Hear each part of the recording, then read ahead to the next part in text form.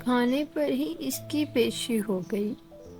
تم نے کون سی اسکالرشپ کے لیے اپلائی کیا ہے؟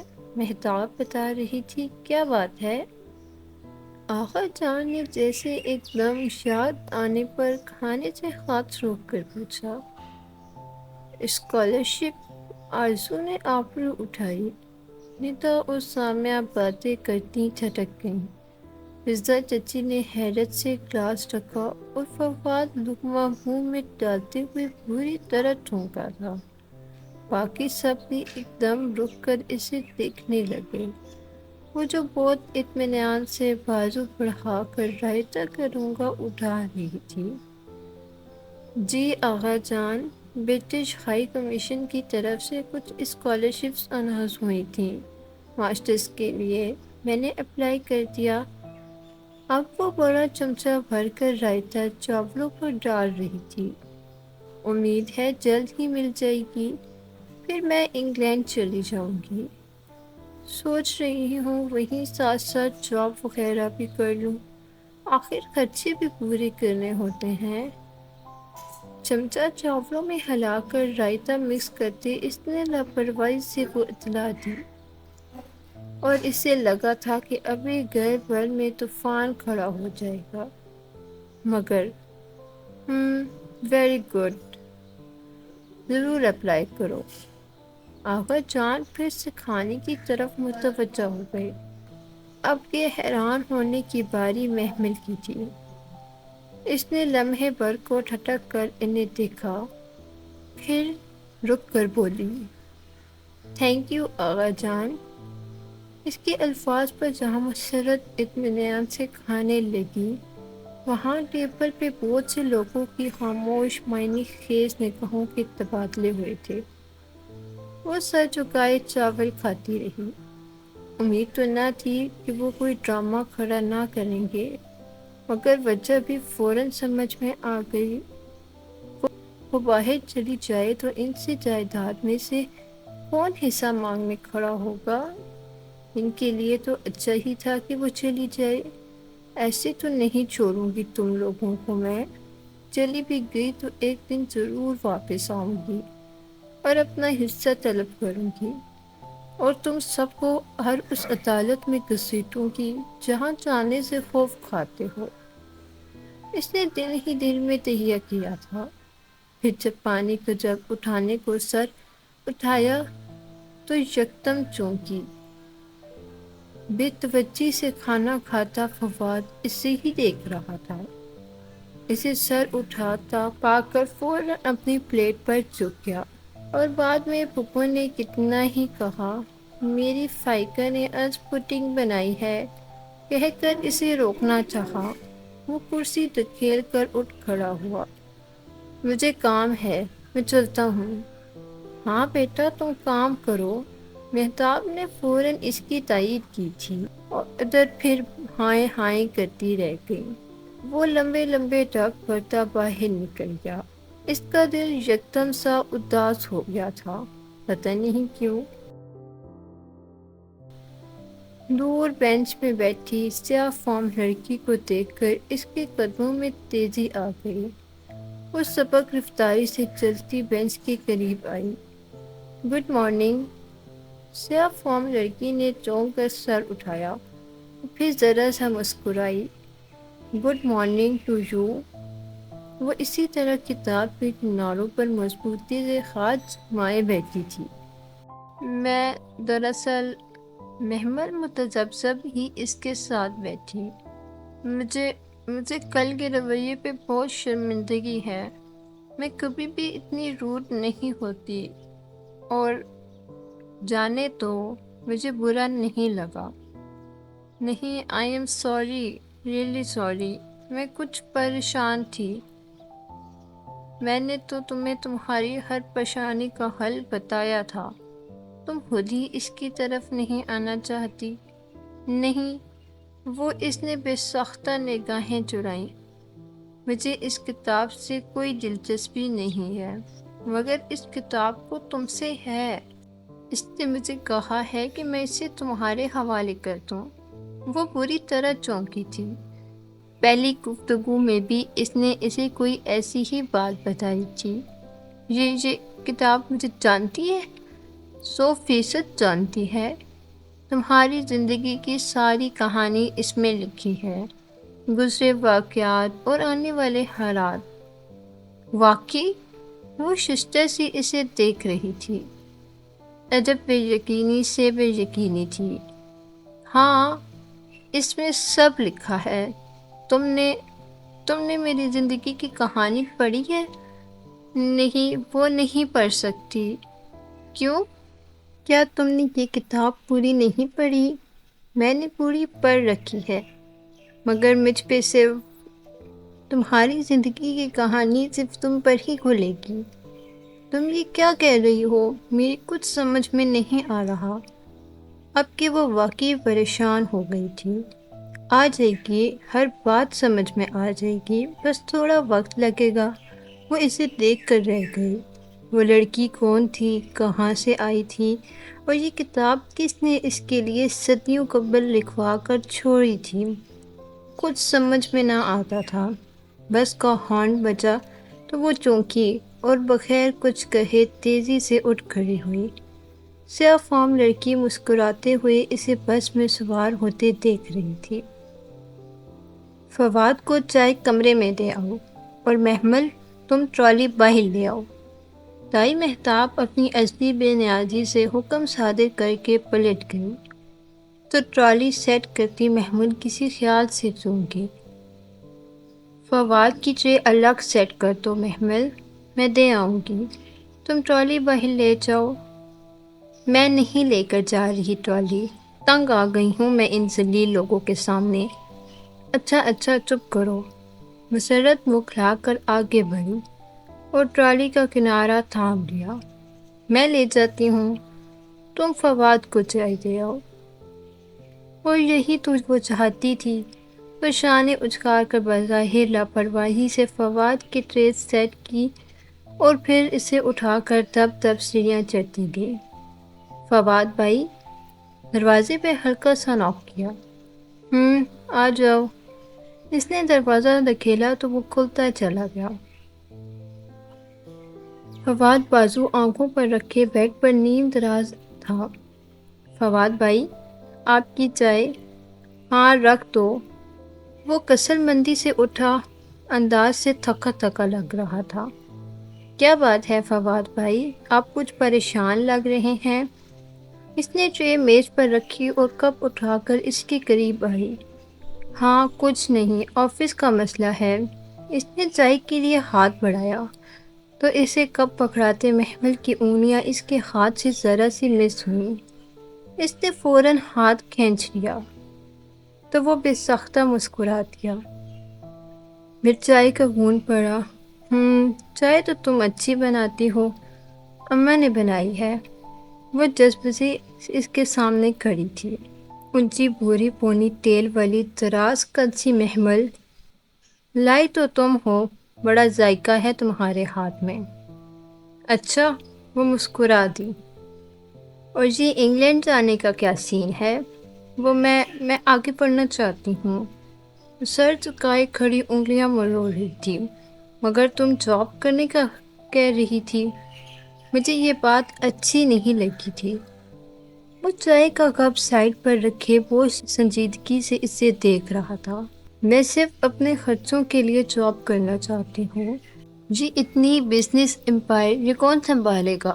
محمل نے جھٹکے سے گردن اٹھائی۔ اسے لگا اس نے غلط سنا ہے۔ Business empire? ہاں، تم ان کے آنرز میں سے ہو۔ کیا تمہارا فرض نہیں ہے کہ تم اپنے ابا کے بزنس پر بھی توجہ دو؟ آخر کبھی نہ کبھی تو تمہیں یہ سب سنبھالنا ہے۔ جی، وہ بے یقینی سے اسے دیکھ رہی تھی۔ اتنی حیران کیوں ہو محمل؟ وہ اٹھ کر اس کے سامنے آ کھڑا ہوا۔ محمل نے دیکھا وہ اس سے خاصا لمبا تھا۔ اٹھ کر اس کے سامنے، میں پتہ نہیں۔ کیا تم یہ سب نہیں سنبھالنا چاہتی؟ میں سنبھالنا چاہتی ہوں، مگر کیسے؟ تم واقعی سنبھالنا چاہتی ہو؟ فواد کے چہرے پر خوشگوار حیرت اتری۔ یعنی اگر میں تمہیں اپنے ساتھ آفس میں لگانا چاہوں تو تم میرے ساتھ کام کرو گی؟ جی جی بالکل۔ اس کا دل ایک دم کسی اورلے پر دھڑکنے لگا تھا، ہاتھ لرزنے لگے تھے۔ ٹھیک ہے، پھر میں شام میں آغا جان سے بات کر لیتا ہوں۔ وہ اجازت دے دیں گے؟ اس کے اندر وسوسوں نے سر اٹھایا تھا۔ کیوں نہیں دیں گے؟ وہ مسکرا کر اسے تسلی دے رہا تھا، اور اسے سمجھ میں نہیں آ رہا تھا کہ وہ اتنی خوشی کا اظہار کیسے کرے۔ ایک دم ہی سب کچھ اسے اپنی مٹھی پہ آتا دکھائی دینے لگا تھا۔ دولت نچھاور محبوب قدموں میں اب اسے اس سیاہ فام لڑکی کی کتاب کی ہرگز ضرورت نہ تھی۔ وہ ہواؤں میں اڑتی اپنے کمرے میں واپس آئی تھی۔ پھر رات میں جب فواد نے اسے اپنے ساتھ بزنس میں ہاتھ بٹانے کی تجویز آغا جان کو دی تو سب سے پہلے حسن نے بے چینی سے پہلو بدلا تھا۔ اس کی کیا ضرورت ہے فواد؟ محمل کو ابھی اپنی پڑھائی پر توجہ دینی چاہیے۔ وہ ناگواری سے بولا تو محمل کو واضح برا لگا۔ شکر تھا خاندان کی عورتیں وہاں نہ تھی، ورنہ تو طوفان ہی آ جاتا۔ تم بیچ میں مت بولو حسن، میں آغا جان سے بات کر رہا ہوں، اور میں تمہاری باتوں کے مطلب اچھی طرح سمجھتا ہوں۔ حسن نے ایک قتیلی نگاہ محمل پر ڈالی۔ مجھے اچھی طرح پتہ ہے کہ یہاں کیا چکر چل رہا ہے۔ Shut up! فواد بھڑک اٹھا تو آغا جان نے دونوں کو ہی جھڑک دیا۔ Shut up you both! Hasan تم جاؤ اپنے کمرے میں۔ اور وہ فوراً اٹھ کر تیز تیز چلتا وہاں سے نکل گیا۔ اور فادی، حسن ٹھیک کہہ رہا ہے، محمل کا آفس سے کوئی تعلق نہیں ہے، وہ آفس نہیں جائے گی۔ مگر آغا جان، آغا بھائی ٹھیک کہہ رہے ہیں، محمل کا آفس میں کیا کام؟ بلکہ لڑکیوں کو ادھر دھکے کھانے کی کیا ضرورت ہے؟ غفران چچا اور اسد چچا نے فوراً آغا جان کی تائید کر دی، تو محمل نے بے بسی سے مدد طلب نگاہوں سے فواد کو دیکھا۔ اوکے، جیسے آپ کی مرضی۔ وہ شانے اچکا کر اب جھک کر اپنے بوٹ کے تسمے بند کر رہا تھا۔ اس کا دل جیسے گہری کھائی میں جا گرا۔ وہ تیزی سے بھاگتی ہوئی کچن میں آئی اور سنک پہ جھک کر پھوٹ پھوٹ کر رونے لگی۔ اس کے آنسوؤں کے ساتھ سارے خواب گرتے بہتے چلے جا رہے تھے۔ وہ اتنا روئی کہ ہچکی بند ہونے لگی، تو بالآخر نل کھول کر منہ پر پانی ڈالنے لگی۔ اس نے سوچ لیا تھا کہ آج وہ آخری دفعہ رو رہی تھی، وہ آج کے بعد ہرگز نہیں روئے گی۔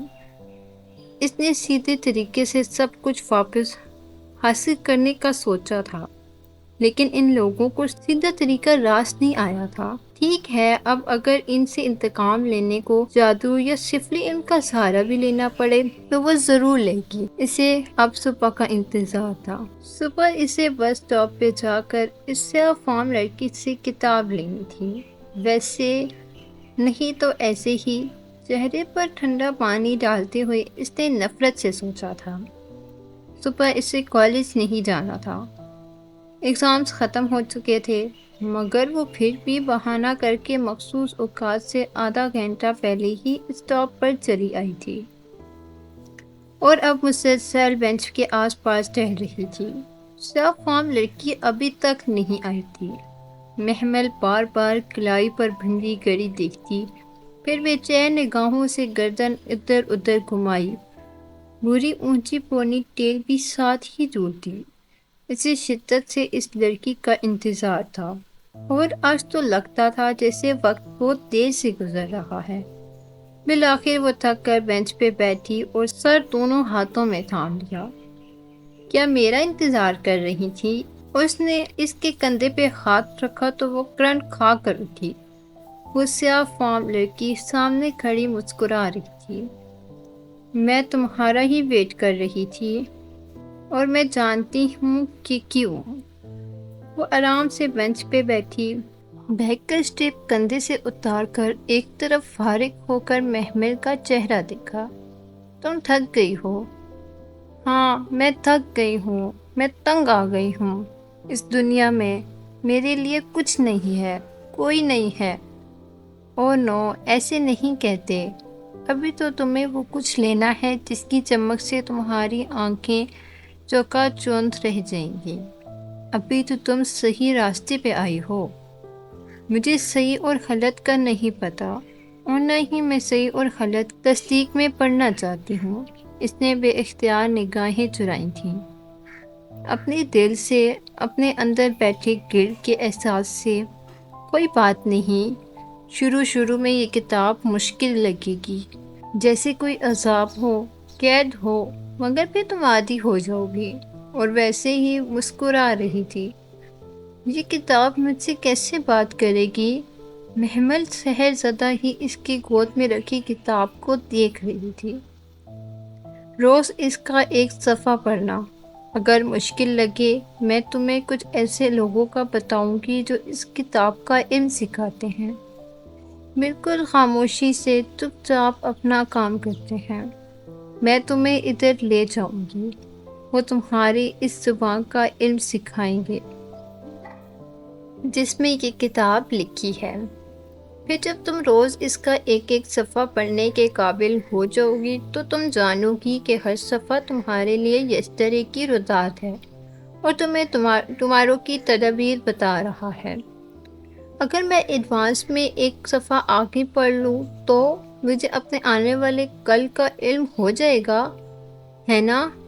نہیں، تم ایک دن میں پوری کتاب بھی پڑھ لو تو وہ تمہارا یسٹرڈے کی رودات ہی رہے گا، لیکن اگر وہی صفحہ تم ایک دن میں پڑھو تو وہ اس دن کے حساب سے تمہاری گزشتہ دنوں کی رودات بن جائے گا۔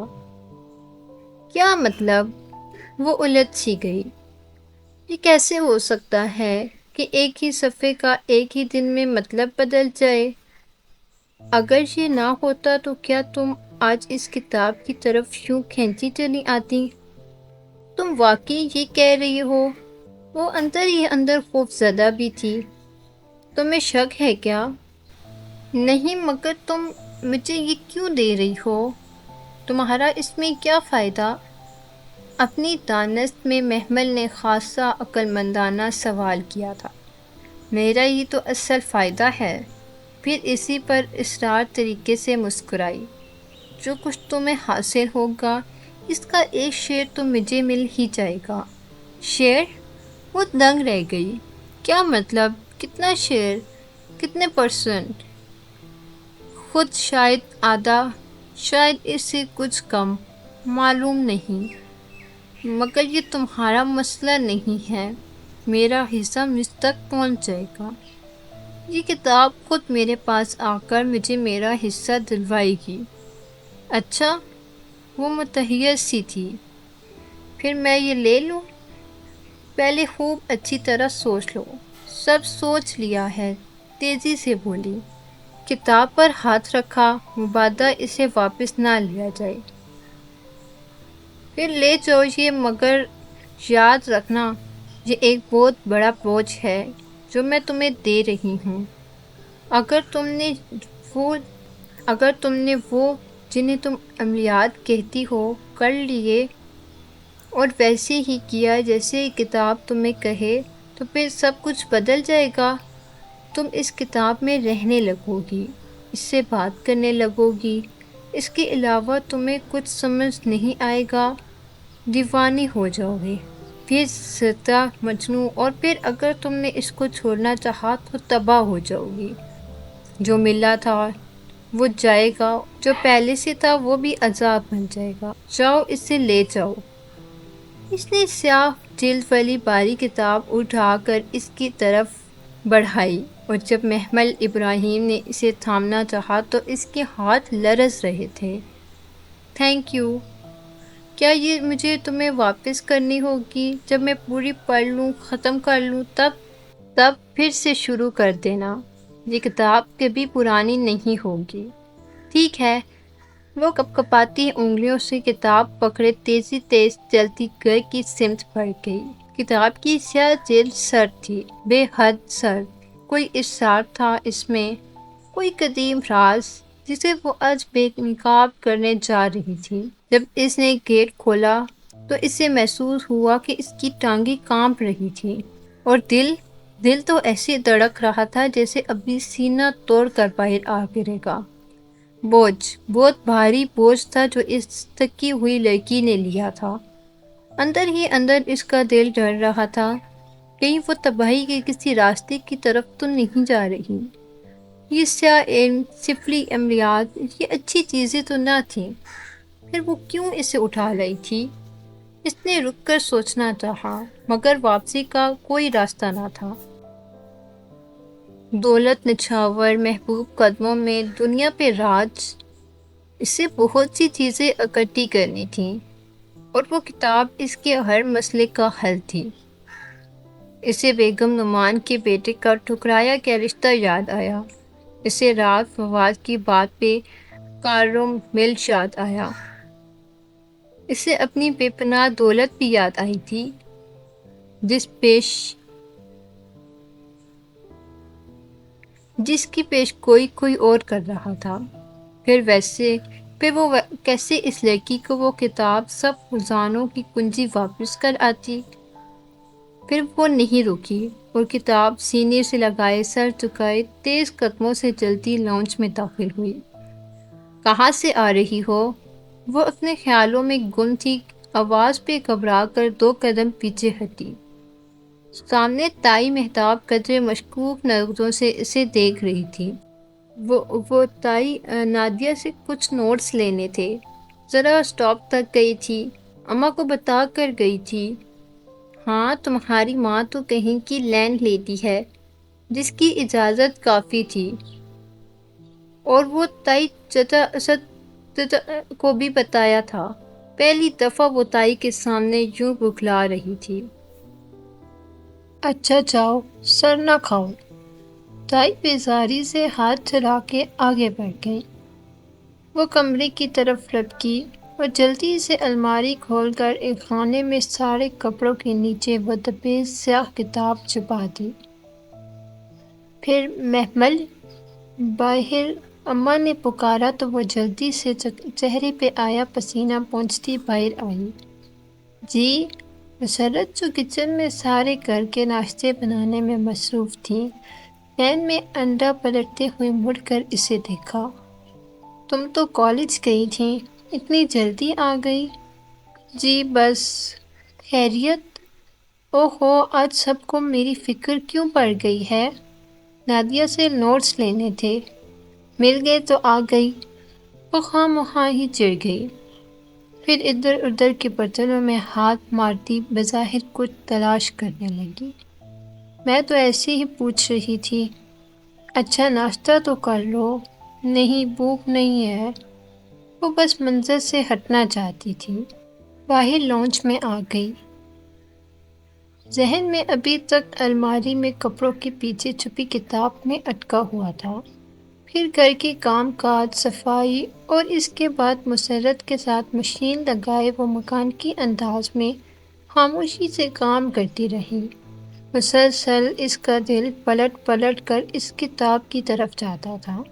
وہ چند بار اندر آئی اور الماری کھول کر کپڑوں کے پیچھے ہاتھ تھپ تھپا کر دیکھا، وہ سیاہ کتاب وہیں رکھی تھی۔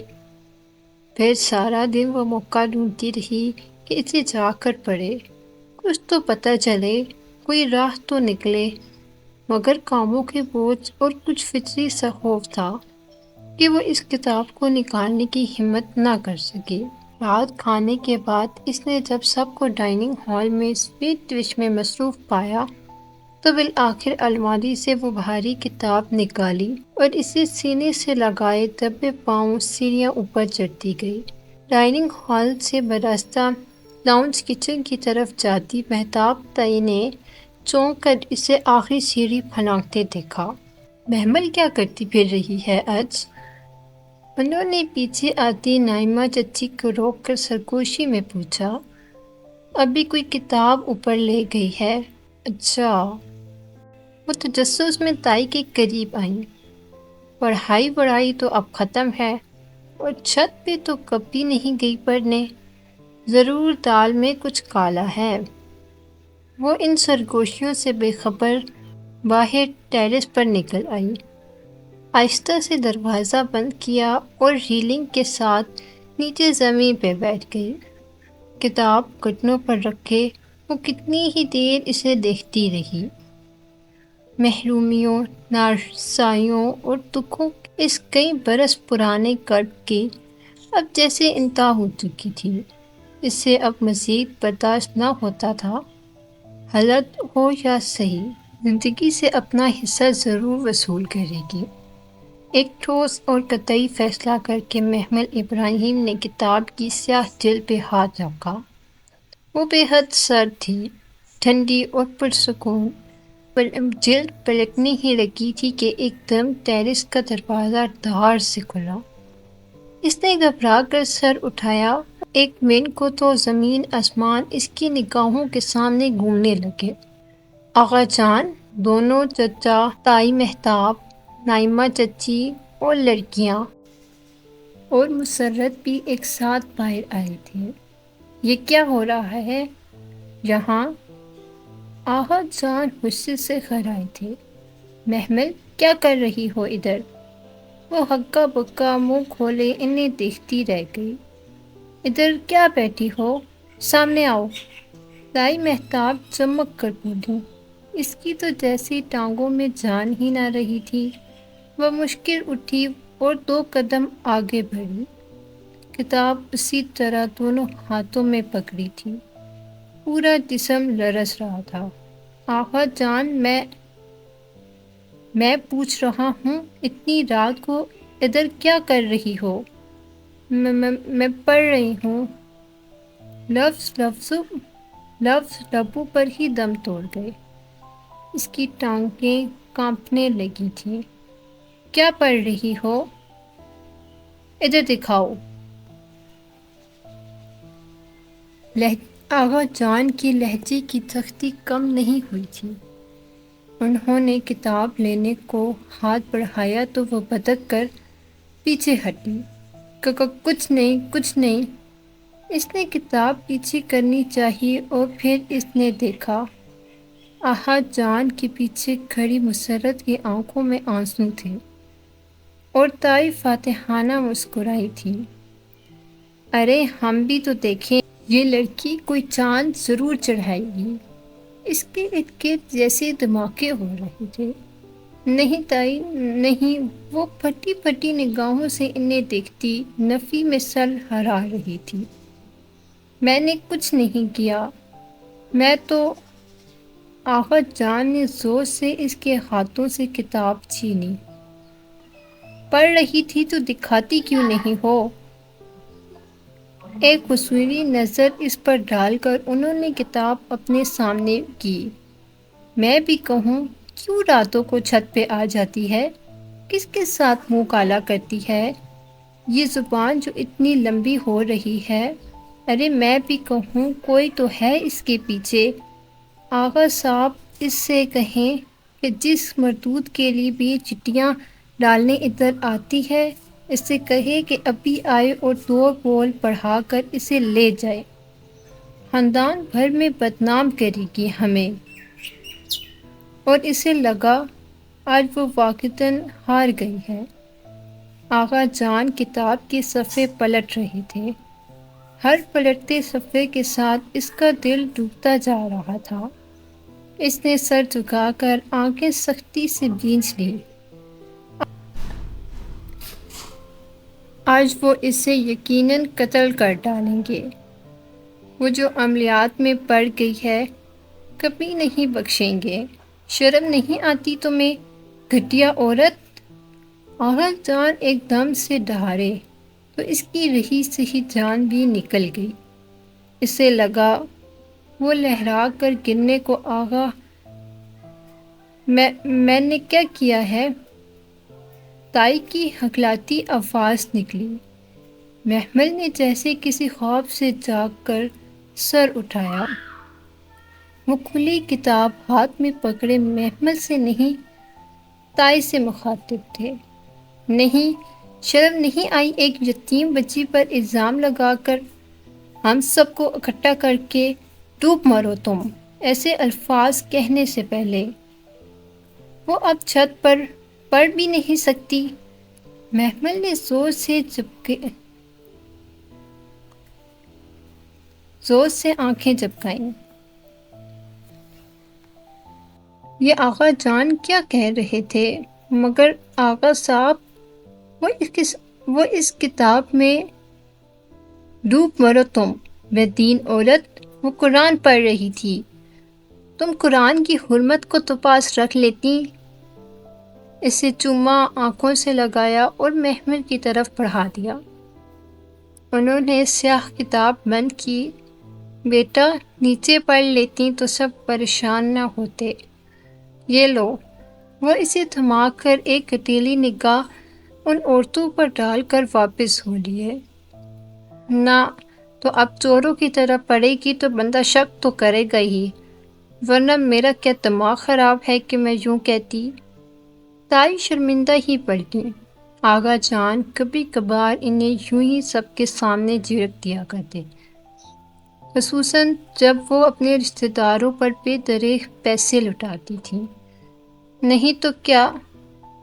آہستہ آہستہ سب نادم سے پلٹ گئے۔